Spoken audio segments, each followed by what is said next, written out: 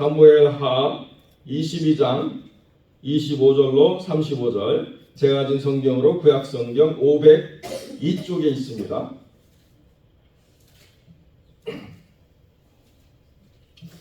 제가 먼저 25절 말씀 공독합니다. 그러므로 여호와께서 내 의대로 그의 눈앞에서 내 깨끗한 대로 내게 갚으셨도다. 자비한 자에게는 주의 자비하심을 나타내시며 완전한 자에게는 주의 완전하심을 보이시며 깨끗한 자에게는 주의 깨끗하심을 보이시며 성악한 자에게는 주의 거스르심을 보이시리이다. 주께서 본고한 백성을 구원하시고 교만한 자를 살피사 낮추시리이다. 여호와여, 주는 나의 등불이시니 여호와께서 나의 어둠을 밝히시리이다. 내가 주를 의뢰하고 적진으로 다니며 내 하나님을 의지하고 성벽을 뛰어넘는다. 여호와의 도는 완전하고 여호와의 말씀은 진실하니 그는 자기에게 피하는 모든 자에게 방패시로다. 여호와 우리 하나님 외에 누가 있느냐. 하나님은 나의 견고한 요새시며 나를 안전한 곳으로 인도하시며 나의 발로 안사슴을 밟게 하시며 나를 나의 높은 곳에 함께 있습니다. 내 손을 가르쳐 싸우게 하시니 내 팔이 놋팔을 당기도다. 아멘. 본문의 말씀을 가지고 하나님을 고백하는 믿음대로 라는 제목의 말씀을 함께 나누겠습니다. 다윗이 고백하고 있는 이 믿음의 고백은 시편에서도 그 기록을 찾을 수 있는데, 하나님께서 어떻게 우리 가운데 역사하시는가 라고 하는 것을 우리가 하나님의 모든 능력을 다 드러내 보일 수가 없습니다. 우리는 제한된 육체를 가지고 있고 우리는 우리의 기질과 성품을 가지고 살아가게 되어 있습니다. 그러니까 그 기질과 성품, 그리고 우리의 제한된 육체, 그리고 우리의 제한된 지혜를 가지고 하나님의 전능하심을 다 드러내기는 가능하지 않다는 거죠. 그러나 우리의 하나님 되심을 하나님이 우리 속에서 우리의 삶 가운데, 우리의 모든 영역 가운데 분명하게 드러내어 보여주시되, 각자의 받은 은사대로, 각자의 삶의 기질대로, 각자가 쓰임받는 소명대로는 분명하게 드러내어 보여주신다라고 다윗이 고백하고 있습니다. 내 의대로 그의 눈앞에서 내 깨끗한 대로 내게 갚으시는 하나님, 그러니까 하나님의 공의와 하나님 안에 정결함이 있다고 한다면 하나님의 공의를 추구하고 하나님 안에서 정결하게 애쓰는 영혼들에게는 그 허락하신 은사 속에서 사명 가운데 하나님의 누구이신가를 분명하게 드러내 보여주시는 그런 하나님이시다라고 이야기하고 있습니다. 그러니까 내가 만나는 하나님과 다른 사람이 경험하는 하나님은 그 경험에 있어서는 다를 수 있지만, 그러나 그 하나님이 누구이신가를 다양하게 보여주므로 얼마나 하나님의 은혜가 풍성하고 하나님께서 각 사람의 그 역량과 한계 속에서도 하나님 되심을 드러내시는가를 우리가 잘 이해할 수 있다라고 우리가 고백하는 것이죠. 그러니까 내가 못 본다라고 해서 내 하나님이 거기까지가 아니라는 거예요. 내가 경험한 만큼만 내 하나님이 아니고 다른 사람이 경험한 하나님이 말씀에 근거해서 분명히 그 하나님이 그렇다라고 이야기한다고 한다면 그런 하나님을 우리가 경험은 못하더라도 고백은 할 수 있다는 것입니다. 그것이 우리의 믿음의 역량이고 우리의 기도의 넓이라는 거예요. 나는 그 하나님을 경험하지 못했지만 그러나 그 하나님이 우리 가운데 역사하여 주시는 은혜를 이 공동체가 다 누리게 하옵소서라고 말한다면, 그러면 하나님이 그 은혜를 받는 누군가를 통해서 하나님의 역사를 드러내심으로 교회가 풍성해진다라고 성경이 말하고 있다는 것입니다. 그러니까 남 부러워할 필요가 없다는 거예요. 남 바라보고 나를 쓸데없이 힘들게 하고 괴롭힐 필요가 없다는 것입니다. 내 삶에는 내 기질에 딱 맞는, 그리고 내 한계에 전혀 부족함이 없는 풍성하게 넘치는 하나님의 역사를 하나님이 허락하신다라고 분명하게 말씀하고 있는 것입니다. 선교사님 한 분이 저랑 계속 교제를 하고 있는데요. 끊임없이 사역을 펼치고 끊임없이 기도 요청을 하고 끊임없이 그 기도 요청에 답을 저한테 주시는데요. 얼마나 액티브하게 그것들이 진행되는지 기도하는 저도 참 신나요. 제가 만들어낸 건 하나도 없지만. 그래서 우물을 파고 교회를 건축하고 학생들을 교육할 수 있는 교육기관을 설립하고 또 차가 너무나도 비싸고 구할 수도 없고 도로도 정비가 안 된 땅이니까 기아 변속기가 없는 그냥 막기아 있잖아요. 그죠? 자그마한 거 하나 큰 거 하나 맞물려 있는 그 기아 하나 달려있는 자전거 하나만 선물해줘도 세상에 둘도 없는 재산을 가진 것처럼 막 그 아프리카 사람들 특유의 그 막 이상한 외침 있지 않습니까? 막 아라라 하면서 외치고 막 할렐루야 외치고 그 기쁨을 가져요. 그런데 모든 사람들이 다 풍성해서 그렇게 후원하는 게 아니고요. 어떤 권사님 이야기를 저한테 쓰세요. 미국 남편과 살다가 그 남편이 그 아내를 버려가지고 어쩔 수 없이 혼자 사시는데 내가 이제 나이가 돼가지고 연금 받고 이렇게 살아가면서 마지막으로 내가 드릴 수 있는 게 뭘까? 그래서 가지고 있던 나 혼자 살아가니까 자식도 없고 가지고 있던 걸 다 팔아가지고 자기는 노인 아파트 들어가면서 그것으로 하나님의 나라를 위해서 쓰고 싶다. 그래서 물질을 후원해가지고 우물을 하나 팠습니다. 이렇게 말씀을 하시더라고요. 그러니까 여유가 있어서 함께 하시는 분들은 또 그것으로 신이 나지만 힘들고 어렵지만 또 열심으로 하나님을 기쁘시게 하려고 하는 삶이 얼마나 아름다운지 그 삶에 동참하는 사람들의 모습은 다 다른데 그런데 그 가운데서 역사하시는 분이 하나님이시라는 것은 분명하게 경험하도록 이끄신다. 이렇게 고백하는 것이죠. 그러니까 자비라고 하는 것에 반응해서 누군가에게 사랑을 나누고 자비를 나누고 품어주고 용서해주고 그렇게 하지 말라고 해도 계속 다가가서 상처 입는 삶을 살아가는 그 사람에게서 하나님은 그렇게 다가오시고 그렇게 품어주시고 그렇게 상처를 입으셔도 끝까지 우리를 용서하시는 하나님이 누구이신가를 증거하는 하나님의 역사를 드러내기도 하는 것이죠. 어떻게 보면 답답하다. 저 정도 되면 이제 좀 그만해야 되지 않을까 싶지만 그럼에도 불구하고 하나님 안에서 자비라고 하는 것에 삶의 기질과 사역이 매여있는 사람은 그렇게 자비를 베푸는 자로 하나님 되심을 드러내시고 완전한 자라고 하는 건 뭐냐?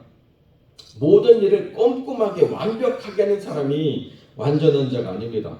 완전한 자라고 하는 사람의 그 사람, 완전한 사람이라고 하는 그 단어는 그냥 사람이 아니고 용사예요. 용사.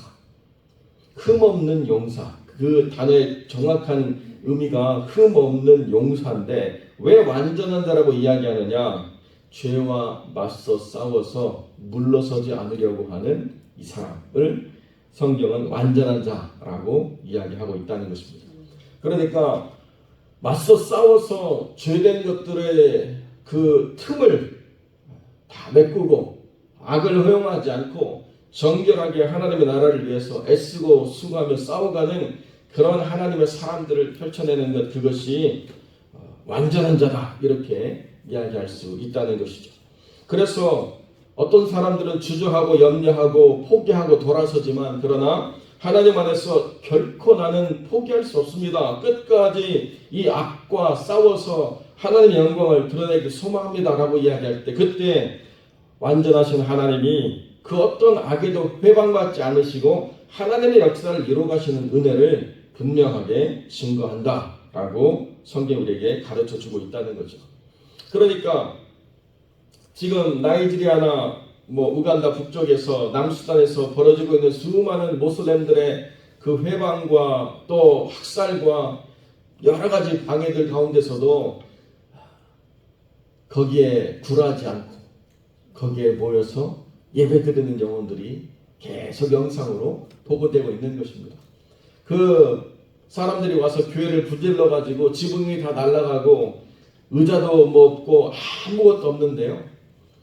비가 오는 가운데서도 그 비를 피하지 않고 그냥 그 자리에 무릎 꿇고 기도하는 영혼들이 하나님의 은혜를 간구하는 모습을 보니까 얼마나 마음이 먹먹한지 몰라요. 그런데 그런 용사들이 그 땅을 위해서 기도할 때 하나님이 그 땅을 외면하시겠는가? 라고 하는 것을 우리가 분명히 보게 된다는 것이죠. 깨끗한 자라고 하는 것은 완성형이 아닙니다. 깨끗함을 계속 유지하려고 택하심을 입어서 그 가운데 살아가려고 애쓰는 자, 그 영혼을 하나님이 깨끗할 수 있도록, 죄에 물들지 않을 수 있도록 역사하시는 은혜를 하나님이 증거하신다라고 이야기합니다. 그러나 사악한 자는 그 사악한 자의 뜻이 이루어지지 않도록 하나님이 계속 그것을 거슬르게 하시는 역사가 있다.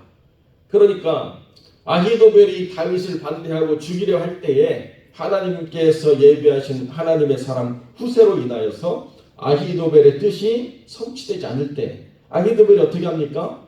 자기 뜻이 이루어지지 않음을 보고 집으로 돌아가서 스스로 생명을 마감하는 선택을 하는 것, 이것이 하나님이 의도적으로 그 사람을 징계하고 징벌하고 칼을 들어서 치시는 것이 아니라 자기 스스로 절망에 빠져서 끝나버리도록 하나님이 반대하시고 막으시는 역사로 이루어진다라고 성경이 우리에게 가르쳐주고 있다는 것입니다. 그러니까 우리가 깨끗하려고 그리고 주 앞에서 악과 맞서 싸우려고 하나님의 은혜를 증거하려고 하면 우리 손에 악한 방법을 택할 수 있는 여지를 하나님이 만들지 않으시고 우리의 손에 피묻히지 않고 정결하게 하신다는 것입니다.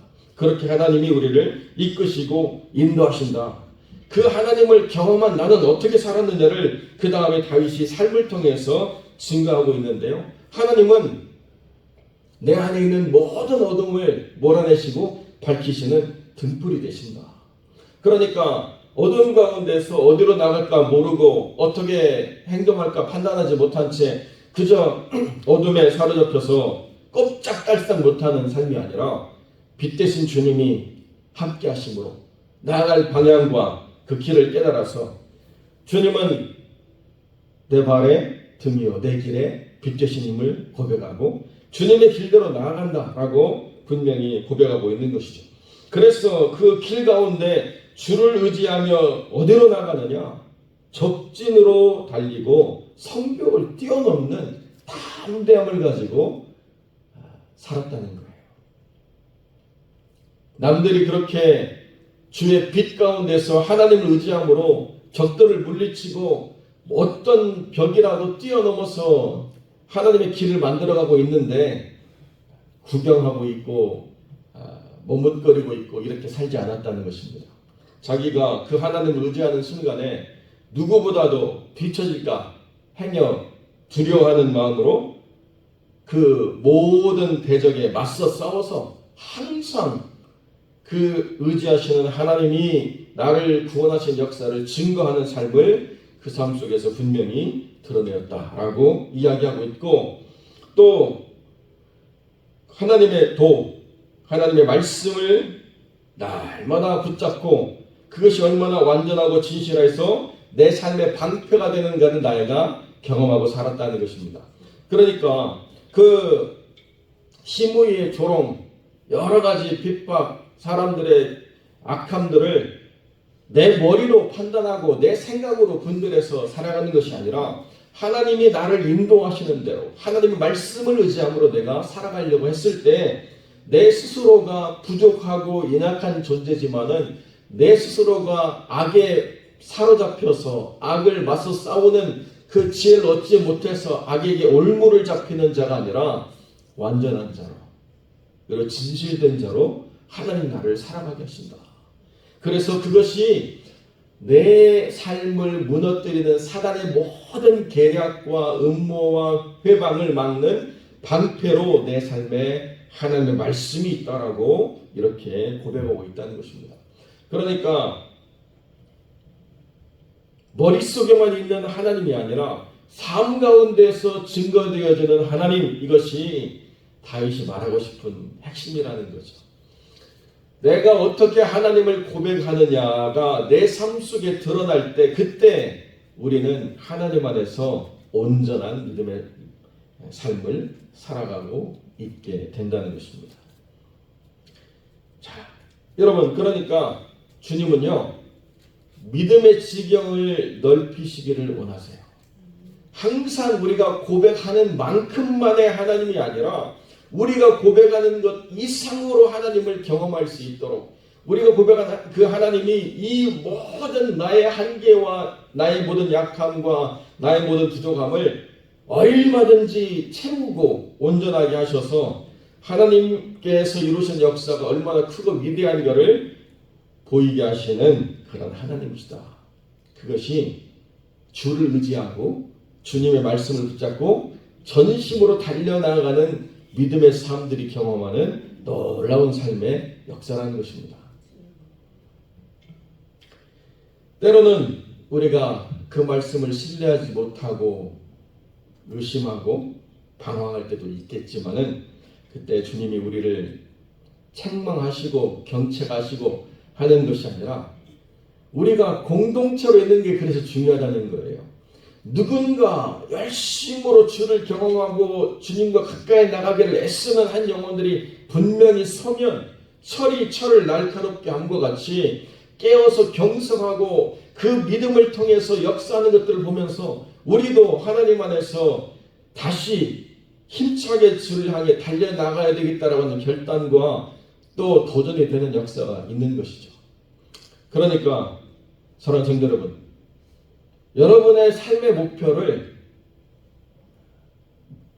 여러분이 편안함을 주는 어떤 인간적인 롤모델로 정하지 마시고 하나님 안에서 좀 더 하나님을 열심히 알고자 하는 그 사람을 닮아가려고 하는 그런 선한 도전을 받으시고 또한 그런 도전을 주실 수 있는 믿음의 사람이 되어야 된다는 것입니다. 내 고백은 다릅니다. 그러나 내 고백 안에서 그 한계에 정해가지고 이 정도면 됐다라고 말하는 것이 아니라 이 하나님을 내가 더 깊이 알고 경험하기를 소망한다라고 하는 열심을 가지고 내 삶을 살아갈 때 그때 우리는 어떻게 우리의 한계를 넘어서느냐 35절에 우리의 그 삶의 방향을 주시는데요. 내 손을 가르쳐 싸우게 하시니 내 팔이 놋활을 당기도다 이렇게 되어 있습니다. 여러분 제가 언제도 한번 말씀드렸지만 그 리커브 보라고 미국 사람들이 쓰는 활은요 한국 사람들이 만든 각궁처럼 이렇게 여러 개 구부러진 게 아니고 길게 되어 있습니다. 그런데 그 활마다 장력이라고 하죠. 활줄을 잡아당기는 힘이 어떤 거는 20파운드, 어떤 건 40파운드, 어떤 건 60파운드 이렇게 정해져 있습니다. 이 장력이 얼마나 센가에 따라서 날아가는 힘이 다르고 길이가 다르죠. 제가 산 그 활은 장력이 60파운드인데요. 60파운드짜리 줄을 걸으려고 아무리 용을 써도 잘 되지 않습니다. 나무로 만들어진 활인데 나무로 만들어진 활도요. 그걸 구부리기가 얼마나 어려운지 용을 써야 돼요. 나무로 만든 활도 그런데 여러분 노스로 만든 활을 구부려서 활줄을 걸 수 있습니까? 우리의 능력으로 되어지지 않아요. 그래서 노스로 만든 활은 주로 어디 쓰느냐? 예전용으로 전쟁용이 아니고 예전용으로 쓰거나 아니면 용사를 가릴 때 너 한번 이 활을 써봐. 너 그만큼 세니? 라고 하는 것을 보여주기 위한 용도지 전장에서 쓰는 게 아닙니다. 그것이 우리의 한계예요. 그런데 성경이 뭐라고 말씀합니까? 내 손을 누가 가르쳐요? 하나님께서 가르쳐서 싸우게 하시니까 내 힘으로는 죽을 힘을 다해도 구부러지지 않는 이 놋활이 하나님의 가르치심과 지도를 통해서 이것을 들고 싸우게 하시더라. 나는 못합니다. 그런데 하나님이 내 손을 가르쳐 싸우게 하실 때는 나는 할 수 있습니다. 이것이 믿음의 역사라는 것입니다. 이것이 주님을 기대하는 하나님의 사람들에게 하나님이 임하시는 놀라운 역사라는 것입니다. 사랑하는 성도 여러분, 육신의 한계, 여러 가지 한계들을 우리가 다 갖고 있지만 한계를 우리 마음껏 무시하라는 것이 아닙니다. 못하는 건 못하는 거예요.